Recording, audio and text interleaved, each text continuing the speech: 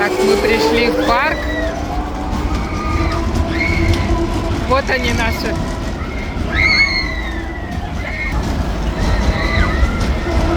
Окей, видно их.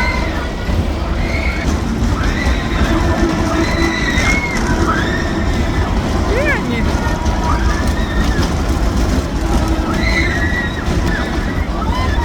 Вот они.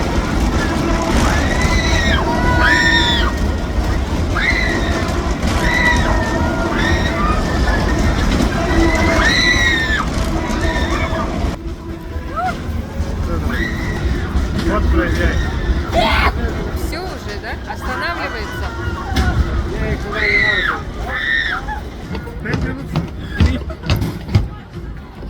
Ну чё, как? Вообще, Максим, как это? Как вам? Неописуемо. Глаза смотри.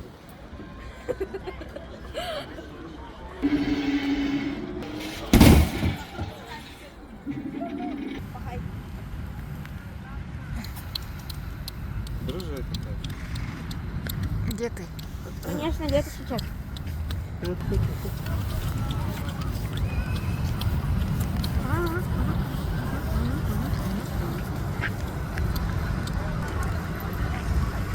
Она пьет. Но Грызет. еще с рук хочет кушать подошла, а у нас ничего нет. Надо было сразу взять что-нибудь с собой.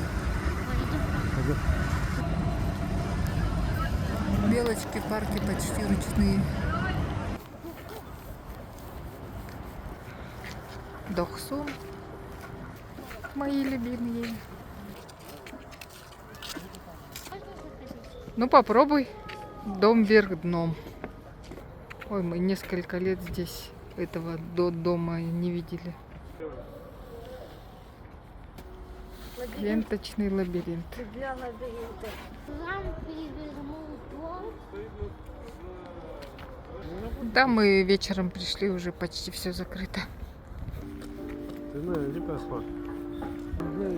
Да, уже все закрыто.